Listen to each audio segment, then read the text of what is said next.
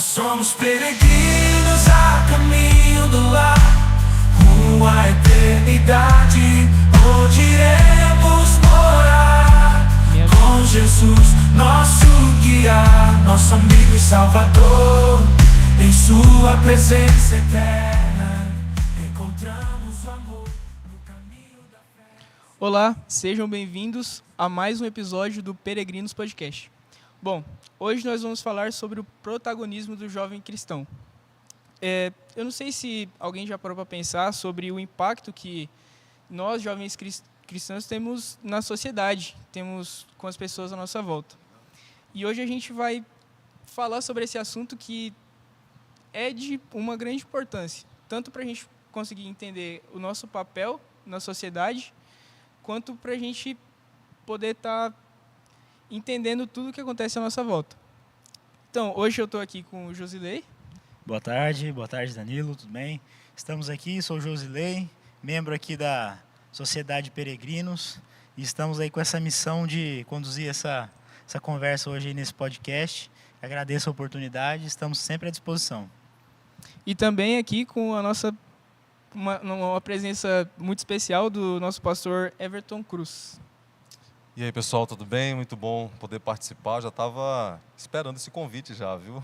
A gente acompanhou o primeiro episódio e eu quero parabenizar aqui a Sociedade Peregrinos por essa iniciativa. Precisamos muito porque hoje as pessoas se encontram nas mídias sociais.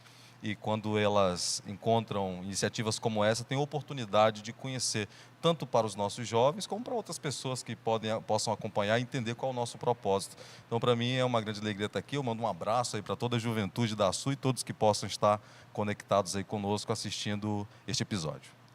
Muito bem. Então, para a gente começar aqui nosso papo, tem uma pergunta para o senhor. Quais são algumas das maneiras que nós, jovens cristãos, a gente consegue estar mostrando o nosso papel na liderança moral assim, dentro da nossa sociedade? Como que a gente demonstra o que a gente está fazendo aqui para as outras pessoas? Então, a partir do momento em que você, diante da sociedade que você convive, você se coloca como um cristão, como um adventista do sétimo dia, as expectativas das pessoas já mudam sobre você. Então, mesmo que as pessoas não sejam adventistas, eles já conhecem e sabem o que um adventista faz e o que um adventista não faz. Então, isso nós chamamos de testemunho. Esse é o principal. É você, muitas vezes, sem palavras, através de suas atitudes, e as pessoas olhando para você, entenderem que você tem, primeiramente, um relacionamento com Cristo. Que não é porque seu pastor falou, não é porque o professor falou, não é porque o pregador falou, mas é que você tem uma convicção pessoal. Então, esse impacto na sociedade, ele, na verdade, não deve ser o nosso primeiro objetivo. O nosso primeiro objetivo é estar ligado com Cristo. Se eu tenho um relacionamento íntimo com Cristo, se eu tenho oração na minha vida, se eu leio a palavra de Deus de forma natural, sem eu fazer muito esforço, eu já vou trazer um impacto positivo. Ele vai me direcionar, né? E você vai ver que a Bíblia, você não vai encontrar a Bíblia dizendo em nenhum momento assim, olha, ame os que estão longe. A Bíblia diz assim, ame o próximo, certo? Muitas vezes, quando a gente pensa em fazer algo relevante, a gente pensa lá o pessoal que está passando fome lá na África, alguém que não ouviu a mensagem lá no Oriente Médio, mas na verdade Deus me colocou aqui com o primeiro propósito de ser um impacto positivo, um testemunho poderoso na vida das pessoas que eu convivo, que eu aperto a mão, que eu olho nos olhos, que eu falo. Então, começando sempre pela casa, minha família, certo? Então, o jovem precisa se perguntar assim, depois que eu tenho um contato com alguém, esse contato ajuda as pessoas a se aproximarem mais de Deus ou se afastar? A minha postura, aquilo que eu falo, aquilo que eu assisto, que eu escuto, e as pessoas que estão ao meu redor, elas, ao me verem no relacionamento que eu tenho com Cristo, elas sentem vontade de estar mais próximos de Cristo ou não? Aí nós vamos para o trabalho, vamos para a escola. Então Deus, ele chama pessoas e Ele não nos tira daqui. É a primeira coisa, eu já pensei assim, você acredita? Quando eu entrei na igreja, fui batizado, é interessante, a gente é batizado, e eu pensei assim, cara, estou salvo, né? Deus me salvou, estou batizado e tal, estou salvo. Aí fizeram uma pergunta assim, dias depois na igreja, quem aqui está salvo, está perdido? E ninguém levantou a mão, eu ia até levantar a mão, mas eu fiquei até tímido. E aí o que acontece? eu pensava assim, tá, o cara sortudo na Bíblia é o ladrão da cruz. Porque ele teve uma vida de delitos e teve, entre aspas, a sorte de, no seu último momento, ter do lado dele o Criador e o Autor da vida e Salvador. E ele foi salvo naqueles 45 minutos do Senhor, na prorrogação, né? E ele foi salvo e morreu. Garantido, olha, você vai estar comigo no paraíso. Agora, a gente é batizado e continua aqui. Eu fico perguntando assim, se o ladrão da cruz disse assim, olha, Jesus, você está salvo, só que agora você vai descer da cruz, ele ia ter que procurar um emprego, ele não ia poder mais roubar, ele ia ter que procurar um outro estilo de vida. E isso acontece conosco. E eu penso assim, mas Deus não quer me salvar? Quando eu estou batizado e tal, estou garantido, por que ele não me leva logo? Por quê? Primeiramente, Deus não quer nenhum de nós aqui lá no céu hoje. Porque no céu está tudo bem. Lá no céu não tem ninguém com depressão, não tem ninguém pensando em se matar. Lá no céu não tem nenhum casal querendo se separar. Lá no céu não tem viciado em drogas. Lá no céu não tem calamidades e pessoas precisando de ajuda, como lá no Rio Grande do Sul. Eu quero parabenizar aqui a igreja, que eu vi um grande movimento hoje para conseguir enviar mantimentos para lá. A sociedade está aí bem conectada com isso. E sabe, então, onde esses problemas estão acontecendo é aqui na Terra. Então, quando eu me converto, eu digo, eu preciso de você aí. Pelo tempo que você puder, ter saúde e tudo mais, para que você possa ajudar essas pessoas que estão sofrendo. Então, Deus não precisa de nenhum de nós lá no céu hoje, que lá está tudo bem. Ele precisa da gente aqui, jovens que têm uma vida com propósito. Eu acho muito bom a gente falar dessa questão da nossa influência aqui, né? Ou da maneira que a gente pode conduzir, né? Demonstrar aí essa liderança moral. A gente, quando fala de liderança moral, nós estamos falando então de princípios, né? Princípios morais. A gente pode perceber que através do nosso relacionamento com Deus, da nossa devoção particular com Deus, automaticamente surgem frutos. Isso aí. E aí é onde entra isso que nós estamos falando aqui. O pastor colocou logo no início que os frutos, eles são a segunda etapa. A primeira é o resultado, a primeira é o relacionamento. Isso daí tem que ser muito claro na nossa mente, porque não adianta eu vir à igreja ao sábado, chegar cedinho, participar de tudo, escola sabatina, devolver meu dízimo, mas a hora que eu saio daqui e vou para minha casa, eu sou outra pessoa. Entendeu? Isso tem uma influência muito mais negativa que positiva. E aí é onde as pessoas começam a se afastar. Aí a gente fala, mas as pessoas não têm que se importar com o que eu faço, e sim com Deus. É o certo. Mas quem é que demonstra Deus para essas pessoas? Quem que carrega o nome de Deus? Né? Quem leva? Aí muitos cristãos têm aquela maneira de dizer assim, ninguém tem nada com a minha vida. Se você é cristão, você tem que ter em mente que todo mundo tem alguma coisa com a sua vida, sim. Você se colocou como vitrine. O cristão é uma vitrine. Ah, ninguém tem nada com a sua vida? Como assim, se você é uma vitrine? Se você é um exemplo, se você é uma pessoa que carrega o nome de Cristo. Cristo falou que era para a gente ir fazer discípulos. E um discípulo é uma pessoa que copia, que segue, que reproduz. Então, automaticamente, o cristão é vitrine. Por que uma vitrine, então, acha que ninguém tem nada com a vida dele, que as pessoas não têm que reparar naquilo que ele faz? Então, esse é um pensamento que não pode ser usado no meio cristão. Ele é um pensamento que não está adequado à realidade do cristão. A gente tem que ter isso em mente. E sempre quando a gente conversa com jovens, eu tento sempre explicar isso, que a nossa escolha de ser cristão nos coloca como exemplos. Então, a partir desse momento, o que eu faço é dar conta das pessoas, sim. Bom, baseado em tudo que ele falou, e como o senhor também tinha tocado no ponto de nós estarmos ajudando lá no Rio Grande do Sul, existem outras maneiras que a gente pode estar se envolvendo para mostrar como o jovem cristão deve agir, outras maneiras práticas de como a gente deve agir para mostrar Deus para outras pessoas? Sim, existem vários métodos, né? A igreja, ela fomenta vários métodos, várias frentes. Por quê? Porque você tem pessoas que são atraídas de forma diferente. No final de contas, por exemplo, alguém que pesca, ele sabe que tem alguns que ele vai conseguir com o anzol, outros que ele vai conseguir com a rede, outros que ele vai conseguir de outras formas, né?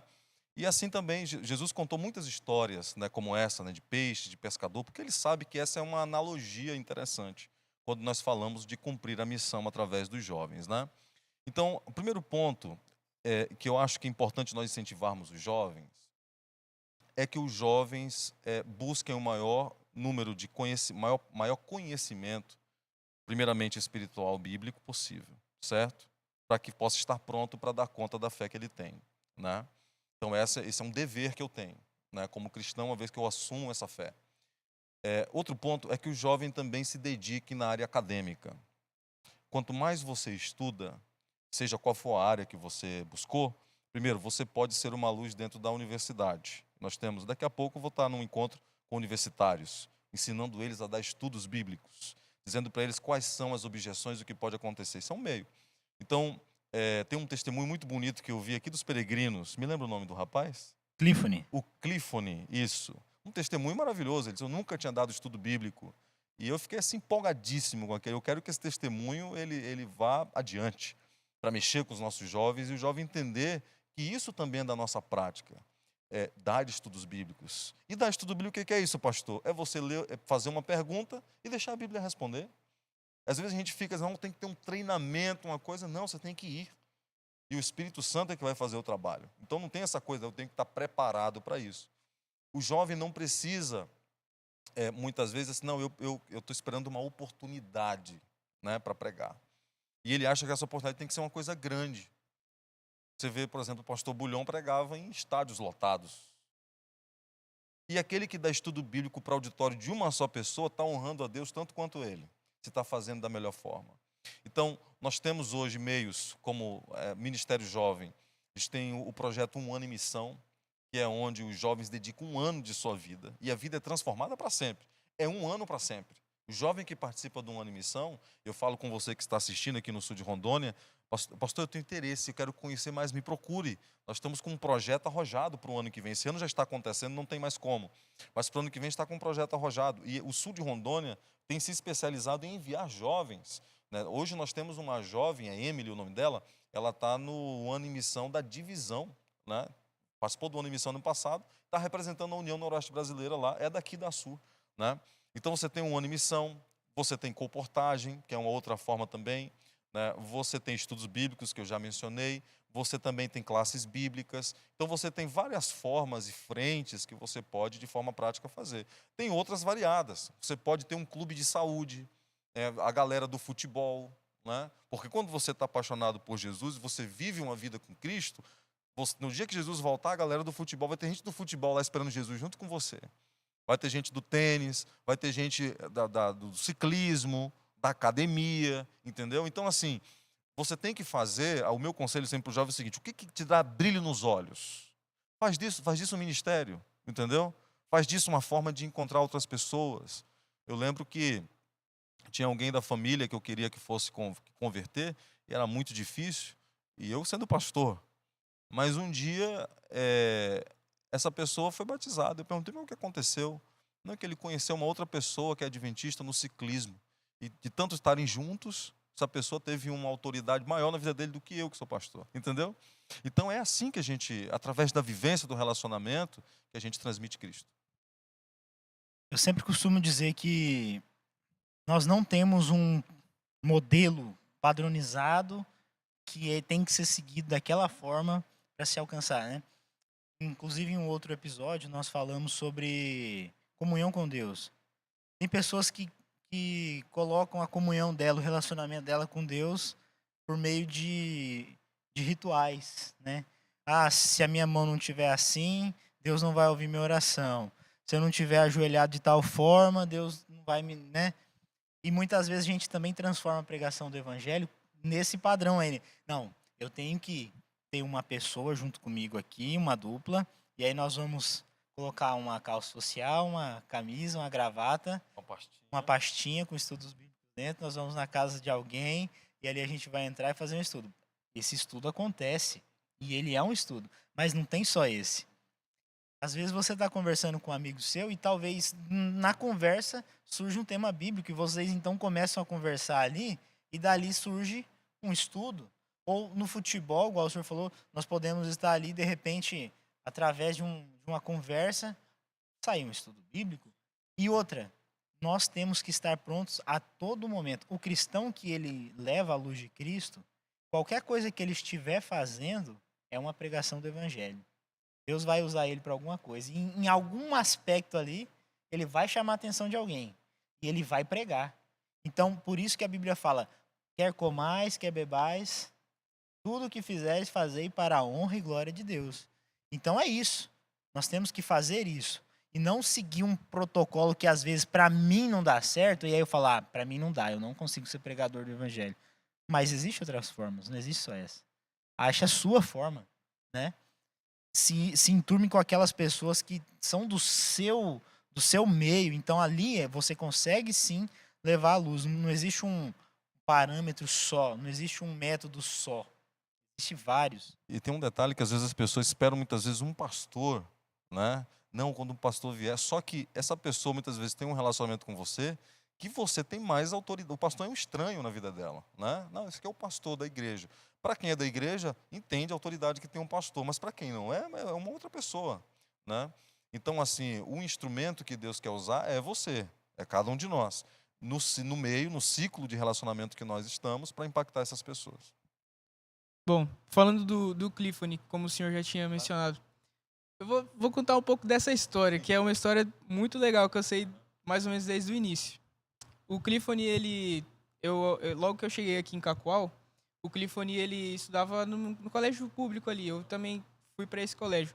Desde quando eu vejo o Clifton, eu nem sabia que ele era da igreja, mas eu sempre vi ele uma pessoa diferente. Ele nunca tava com a galera, sempre tinha, tipo assim, ele sempre tava ali com pessoas diferentes também, dentro da escola. Sempre teve uma vocação assim mais pro desenho, para artes. E assim ele atraía pessoas legais pro lado dele. Quando eu conheci o Clifton e comecei a conversar com ele, eu vi que ele era o único adventista ali no grupo de amigos dele. E tipo assim, todo mundo respeitava o Clifton, nunca passaram por cima de algum dos princípios dele, porque ele sempre deixou isso muito claro. Isso é muito bonito. E o Gabriel, ele fazia parte desse ciclo de amizade. E através da diferença que o Clifton fazia ali no meio, o Gabriel começou a se interessar e começou a perguntar para o Clifton: poxa, por que você não faz isso? Por que isso? Por que aquilo? E daí o Clifton falou assim: você quer um estudo bíblico? Aí logo em seguida veio o Nicolas também, que o Nicolas também fez parte ali do depoimento, né, que eles deram.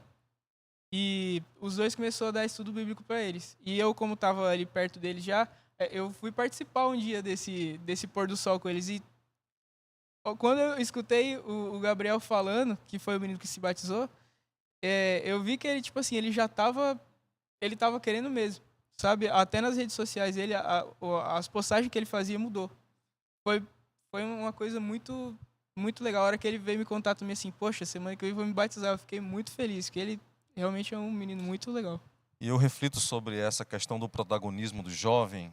Se a gente for para a Bíblia, tem muita coisa que a gente pode falar. Se a gente pegar já o primeiro livro da Bíblia, você vai ter ali a narrativa da criação do mundo. São 2 capítulos, os 2 primeiros. Você tem a queda, vai ter ali o 3º, o 4º. Você vai ter um evento global onde Deus ele interveio na história com o dilúvio, né? São 4 capítulos.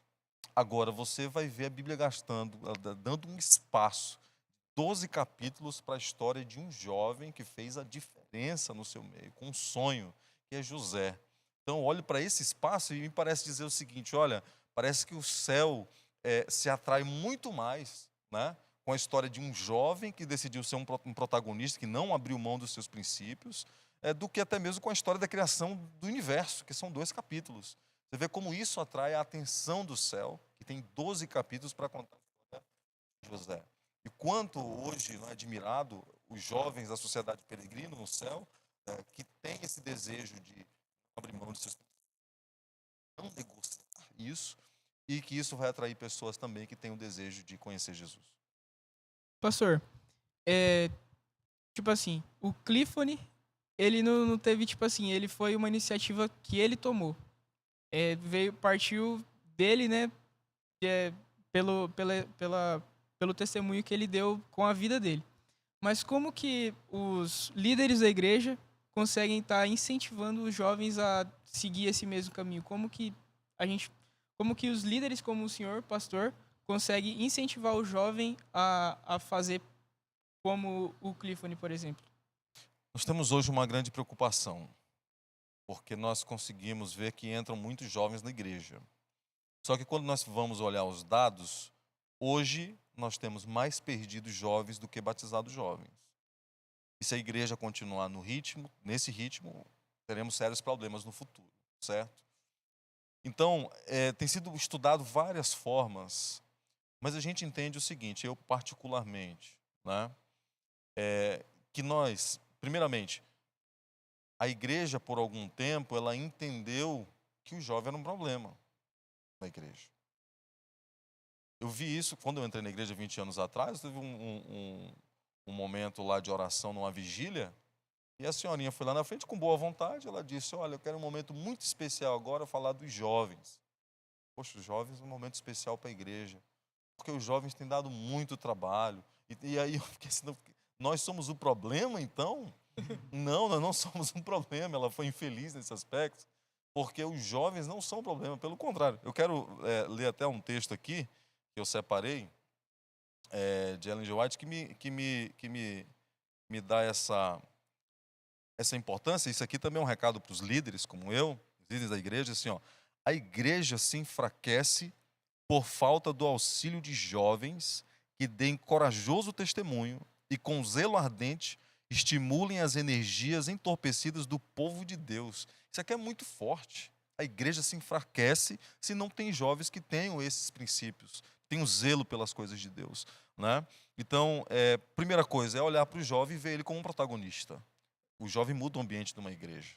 Uma igreja que tem clube de desbravadores, que tem aventureiros, que tem uma sociedade de jovens que realmente faz aquilo que precisa ser feito, ela já é uma igreja diferente. Ela está num outro patamar realmente e ela consegue cumprir o seu papel na comunidade, ser relevante para a sociedade, né? Então, o que nós devemos fazer é incluir os jovens como pauta principal na igreja. Na comissão da igreja tem que estar lá o diretor de jovens, o diretor do clube, todos eles participando. E o que eu sempre falo para os diretores jovens, defendam e levantem a bandeira do Ministério Jovem, né? Se em algum lugar ainda acontecer isso, de que os jovens estão de uma forma secundária, essa bandeira precisa ser levantada. Textos como esse precisam ser entendidos, porque uma igreja onde não tem jovens atuantes, ela é enfraquecida. Nós precisamos de igrejas fortes são aquelas onde jovens também são fortes. E eu gosto de pensar também que o jovem, ele não é nem assim uma questão de opinião, é mais uma verdade. Os futuros líderes da igreja são os jovens, né? Então, que líderes é esse que a igreja espera, né? Então aí que tá, nós precisamos pensar nessa situação e entender que é necessário que haja transição, né? A criança lá do hall do berço, ela precisa ir para o jardim, ela precisa ir para os juvenis, ela precisa ir para os adolescentes e seguir todo esse caminho. O desbravador ali, ele precisa passar pelo clube e a partir de uma idade ele ingressar no Ministério Jovem e ser um protagonista ali, para que ele possa se tornar também um líder atuante, né, dos outros departamentos da igreja. Então, não só na questão de departamentos, liderança de igreja, mas a nossa vida é assim. Então, o mundo ele é gerido pelos jovens, porque os mais velhos eles vão perdendo ali a sua capacidade de conduzir e os jovens assumem. Então, o mundo, né, se preocupa com a questão dos jovens, porque o que será do futuro depende do que estamos fazendo com os jovens. E a igreja, mais do que ninguém, precisa ter essa preocupação, porque o futuro da nossa igreja, o futuro da pregação do evangelho está na geração jovem, né? Somos nós que vamos levar adiante essa bandeira. E assim como os esforços da liderança acontecem, nós também precisamos nos dedicar. Nós precisamos também assumir a nossa parte do protagonismo, né? Fazer frente a isso aí. Eu lembro, como pastor distrital, lá em Boa Vista, eu tinha um distrito, e eu via um rapaz, ele era estudante de engenharia, hoje eu já vejo as fotos, ele já é formado, acho que é agronomia, na verdade. E ele estava sempre por ali, e toda vez que batia o nome dele na comissão para alguma coisa, o pessoal da própria casa dele dizia, não, mas ele aí não dá, porque ele está estudando muito, porque ele tem muitos, ele vai fazer o TCC dele e tudo mais. E aí bateu uma vez, outra vez, eu ouvi sempre o mesmo argumento, e quando chegou a terceira vez para ser diretor da escola sabatina, ele devia ter uns 19, 20 anos. Aí, mais uma vez, o pessoal da casa disse, eu disse, não, agora nós vamos deixar ele responder. Vamos deixar ele responder. E aí nós demos a oportunidade, ele disse, não, eu topo. Ele se tornou simplesmente, primeiro, eu até me arrepio, porque ele se tornou simplesmente o melhor diretor de escola sabatina que eu tinha no distrito. Era impressionante. Eu não precisava me preocupar com a assinatura da escola sabatina naquela igreja mais. E eu fui embora. Mas esses dias eu vi uma foto dele na CPB. E quem é que vai para a CPB dentro de uma associação? É o diretor de escola sabatina que mais se destaca dentro de uma associação enorme, como é lá a Amazonas e Roraima. E eu vi ele na CPB. Então significa que esse menino, que a família não via nele capacidade, porque não tinha tempo, né? Ele só precisava de uma oportunidade para realmente fazer a diferença, e ele fez muita diferença. Então, jovem, primeiramente, você precisa acreditar em si mesmo, no seu potencial. E, às vezes você pode dizer assim, mas eu não enxergo, eu não tenho dom nenhum, eu não tenho talento, eu não sei fazer nada na igreja. A Bíblia garante que não nasceu ninguém nessa terra sem ter pelo menos um talento, um dom. Você tem um. E por isso que é importante você procurar um pastor, um líder, conversar, existem testes para isso daí, mas o principal teste, como eu falei, é aquilo que te dá brilho nos olhos, aquilo que você gosta de fazer. Eu lembro de uma entrevista, por exemplo, do Lionel Messi, que é o cara do futebol. E ele Há falando... quem diga que é o CR7, né? Mas essa discussão a gente deixa para depois. Deixa para outra. Mas ele é muito bom. E o que acontece? A entrevista ele dizia assim, eu amo jogar futebol, é o que eu mais gosto de fazer na vida, e mesmo que o salário fosse diferente para jogar bola, se fosse um salário mínimo, eu faria com a mesma alegria que eu faço, porque eu amo fazer isso. Então, ou seja, ele tem brilho nos olhos. E quando a gente faz algo que a gente gosta, a gente encontra um jeito. Eu não sou o Lionel Messi, mas eu gosto de jogar bola. E o que acontece? Segunda-feira à noite é o dia da tarde, é o futebol. Então eu posso estar cansado como for, mas é uma coisa que eu gosto de um jeito, entendeu? Então, assim, o jovem tem que pensar nisso. O que eu gosto de fazer? Uma coisa boa, envolvendo outras pessoas, que possa me dar a oportunidade de testemunhar do amor de Jesus, né? Porque pregação é algo que você faz muitas vezes sem palavra. E quando precisar, fale. Mas muitas vezes sem palavra você já está testemunhando. Como você falou do rapaz, né, do jovem, que pela postura dele, algumas pessoas foram sendo atraídas ali e ele não precisou nem ir atrás. Eu lembro que uma vez, só porque não deixa eu falar muito não, tá?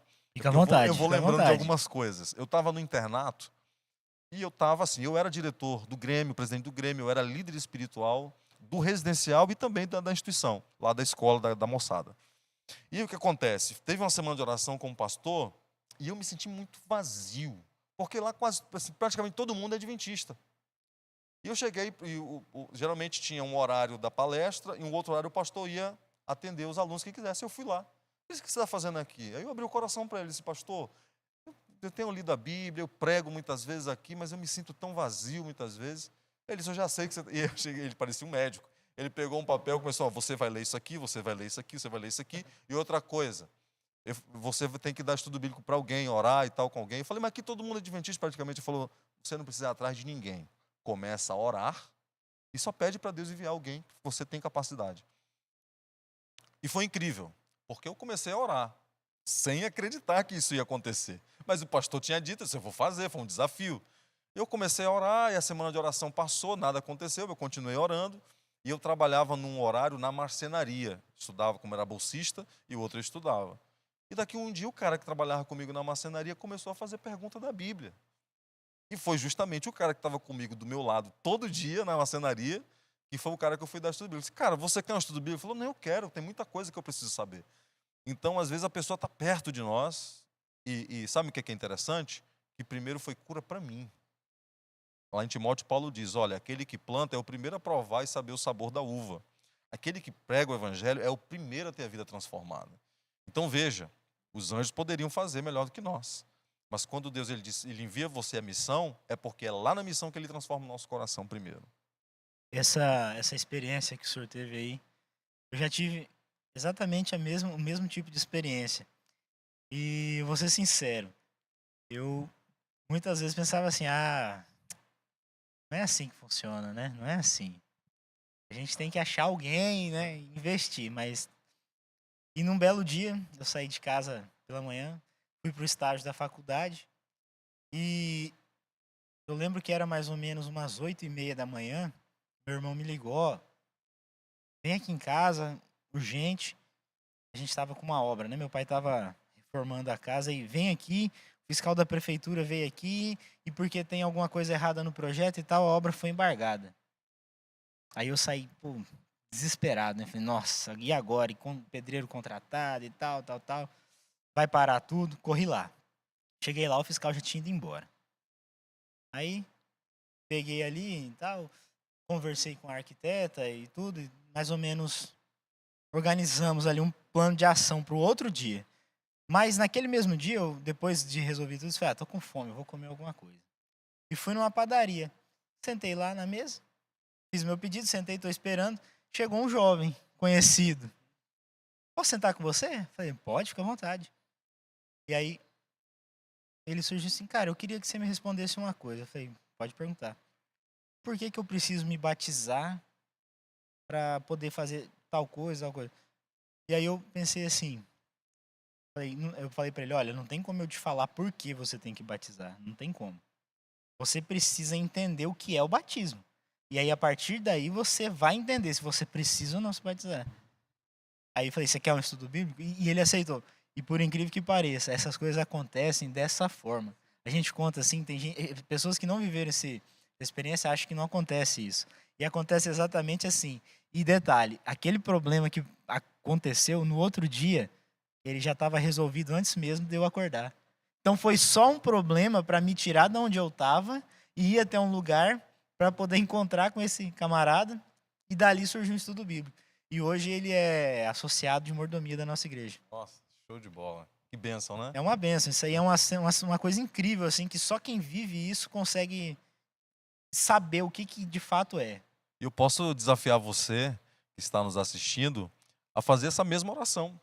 Né? Colocar a sua vida à disposição. Não vou dizer para você pegar uma pastinha e sair batendo de porta em porta, mas você orar para que Deus possa enviar pessoas que muitas vezes estão esperando apenas um convite, né? Porque têm interesse, querem conhecer, e tenho certeza que vai acontecer na sua vida também, e você vai ter muitas experiências para contar. Esteja à disposição, esteja disponível, coloque-se à disposição do céu, que o céu vai te enviar pessoas também. A gente falou bastante sobre a liderança, de como ela consegue impulsionar o jovem. Eu tive uma experiência que foi minha família que me impulsionou. Eu era criança e aconteceu assim. Minha mãe ela começou a dar estudo bíblico para uma amiga dela. A amiga dela tinha uma filha. Era mais ou menos da mesma idade que eu. Aí a minha mãe falou assim, ó, eu vou dar estudo bíblico a ela e ela não tem onde deixar a filha dela. Você vai dar estudo bíblico para a filha dela. Aí eu fiz assim, o que eu vou falar para ela? Falei, meu Deus do céu. Mas beleza. Aí minha mãe falou assim, ó, você tem isso aqui para dar estudo bíblico para ela. Eu tinha umas bíblias de montar quebra-cabeça. Aí antes de montar o quebra-cabeça a gente lia as historinhas da Bíblia. Só que daí teve um dia que minha mãe me chamou, né, e me explicou, ó, você tem que tocar nesse ponto aqui com ela. E minha mãe me explicou, minha mãe sempre conversa bastante comigo. E acabou que depois de um tempo, quando a menina atingiu a idade, ela se batizou também. Foi a mãe dela e ela, todas as duas foram para a igreja. Queria saber quais são outras formas dos pais influenciarem os seus filhos a darem o testemunho, a darem o estudo bíblico para outras pessoas. A primeira coisa é aquela regra áurea. O pai nunca pode pensar o seguinte: faça o que eu falo, mas não faça o que eu faço. Então, o primeiro exemplo é que, a primeira questão é que as nossas palavras, elas soam, né? Mas as nossas atitudes, elas gritam, são muito mais fortes. Então, os nossos filhos, eles podem ouvir um bom discurso, mas eles vão replicar geralmente aquilo que a gente faz, com as nossas atitudes, nossa postura, né?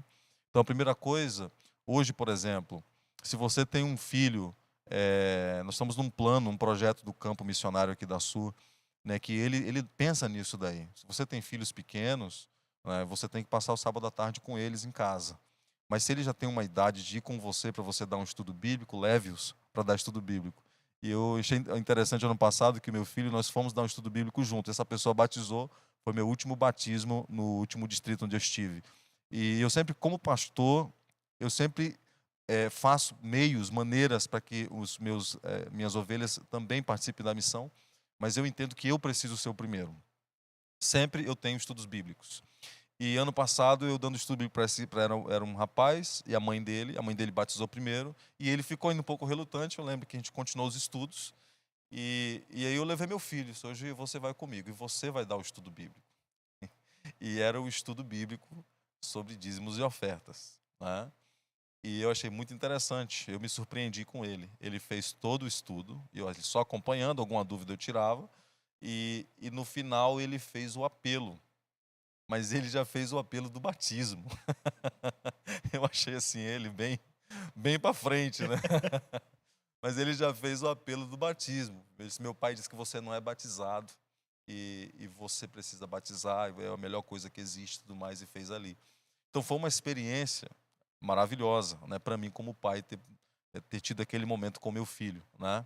Eu lembro que onde começou a surgir a semente no meu coração para ser pastor foi no Clube dos Desbravadores. Uma tarde a gente saiu e dividimos em duplas, e eu fui com outro desbravador e bati na porta de alguém, uma senhora atendeu, e a pergunta era: você sabe se Jesus ainda vai voltar aqui nessa terra? E aquela mulher disse: eu não sei. E eu na hora abri um texto e li, e a sensação que eu tive foi tão maravilhosa que eu pensei assim: eu quero fazer isso a minha vida inteira. É muito bom, né? A sensação de você poder anunciar a esperança que nós temos para outras pessoas.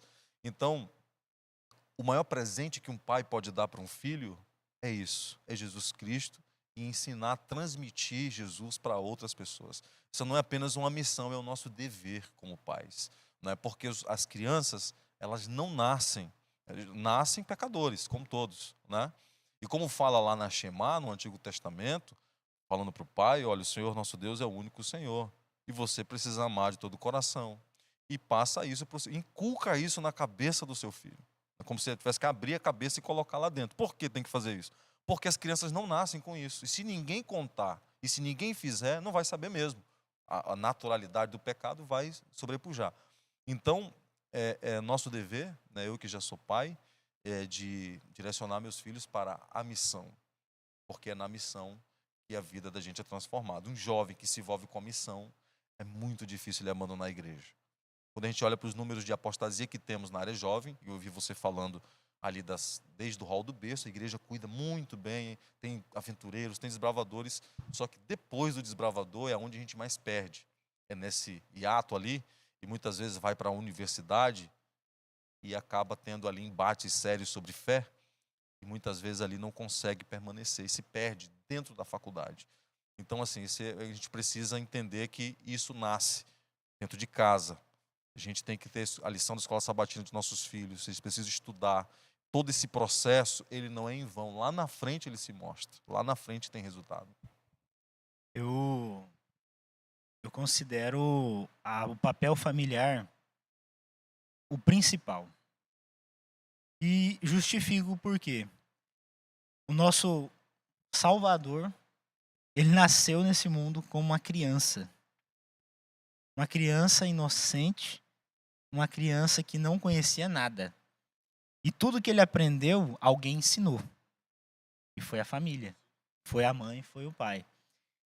Os pais, eles têm o poder de criar um novo cristão ou um novo sabe-se lá o quê, né? Nós como filhos, né? Nós sabemos o peso que a instrução do pai tem, mas muito mais o exemplo, né? Eu não posso falar como pai porque eu ainda não sou pai, mas eu imagino que é muito difícil para um pai acompanhar o crescimento de um filho, às vezes aquela insegurança de não saber o que o futuro aguarda, né? Então, diante disso aí, às vezes surgem algumas situações ou métodos que os pais adotam para tentar proteger o filho. Mas a Bíblia ela é categórica em dizer que o método mais eficiente é ensinar. O texto bíblico fala: ensina a criança no caminho que ela deve andar, e quando ela for velha não se desviará dele.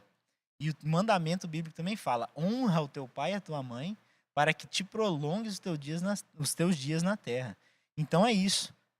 Se você, pai, tem insegurança quanto ao futuro do seu filho, a única coisa que você pode fazer é ensinar ele no caminho de Deus. É a maior atitude que você pode tomar pela segurança do seu filho é essa, né? E a partir daí a gente sabe que o resto é história, como diz o resto é história. Então, baseado nisso tudo que a gente falou, queria perguntar se o pastor tem mais alguma coisa a colocar para a gente poder finalizar. Sim, eu entendo que esse tema é muito importante. A gente está aqui tocando na ponta do iceberg, ele tem muitos desdobramentos, mas eu achei muito oportuno esse tema, né? Isso demonstra que essa sociedade ela está preocupada, que o jovem entenda o seu papel na igreja e na sociedade. Continuem, eu me incentivo muito isso, em todas as igrejas, todas as sociedades. E eu quero falar com você, jovem também, que está aí nos acompanhando. A Bíblia diz que você nasceu para ser cabeça e não cauda, né? Então, você precisa entender que você tem um protagonismo. Tem vários jovens na Bíblia que fizeram coisas extraordinárias e Deus está chamando você nesse tempo para ser alguém que vai fazer coisas extraordinárias. A Bíblia fala que pelas mãos de Paulo Deus fazia milagres extraordinários. Então, o que Deus precisa são de instrumentos. Paulo não fez nenhum milagre. Quem fez o milagre foi Deus. Ele só foi um instrumento. Então, você também pode ser um instrumento. E não tem nada melhor do que você se sentir como instrumento nas mãos de Deus, sentir que Deus está te usando. Na natureza, nós podemos ver o exemplo do propósito do ato criador de Deus. O sol, ele brilha, mas não brilha para ele mesmo. Os rios não bebem sua própria água. As árvores não comem seus próprios frutos. Mas a Ellen White fala que o único coração egoísta que existe na Terra é o do ser humano, de existência, né? Vive apenas para si mesmo, devido ao pecado.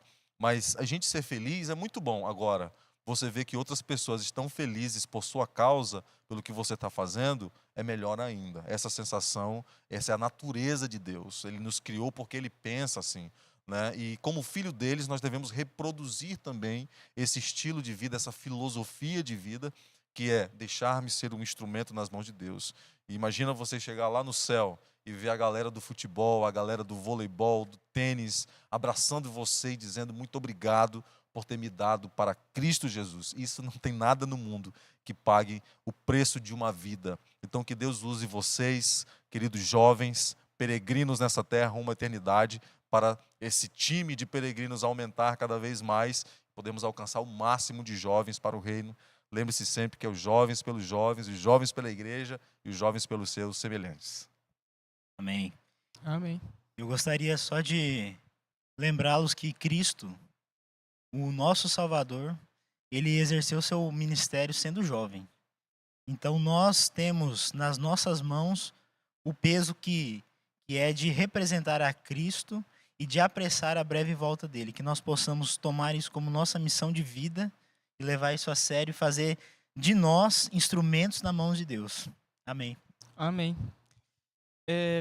Sempre quando surge uma oportunidade de participar de alguma coisa da igreja, eu sempre falo para Deus: Senhor, eu quero brilhar por Ti. É isso que eu coloco na minha cabeça. No primeiro episódio que a gente foi gravar aqui, eu estava muito nervoso. Agora eu já estou tranquilo para conseguir gravar. Mas é isso, eu acho que a gente tem que se permitir brilhar por Cristo, deixar Ele agir na nossa vida. Pode orar para a gente? Com certeza, oremos. Senhor nosso Deus e Pai, nós te agradecemos porque até aqui o Senhor nos conduziu. Nós te agradecemos pelas palavras aqui que nós ouvimos do pastor, pelas instruções que tivemos aqui, pela conversa agradável que tivemos. Nós te agradecemos porque o Senhor nos proporcionou esse momento. Que o Senhor possa nos transformar em jovens protagonistas do seu evangelho, para que nós possamos cumprir a nossa missão e abreviar o teu retorno. É o que nós oramos em nome de Jesus. Amém. Amém. Obrigado a todo mundo que assistiu, que acompanhou. Obrigado, pastor, pelo tempo dele. Obrigado, Josilei, também. E é isso aí. Até o próximo. Onde iremos morar com Jesus, nosso guia, nosso amigo e Salvador. Em sua presença eterna encontramos o amor. No caminho da fé somos um povo de esperança.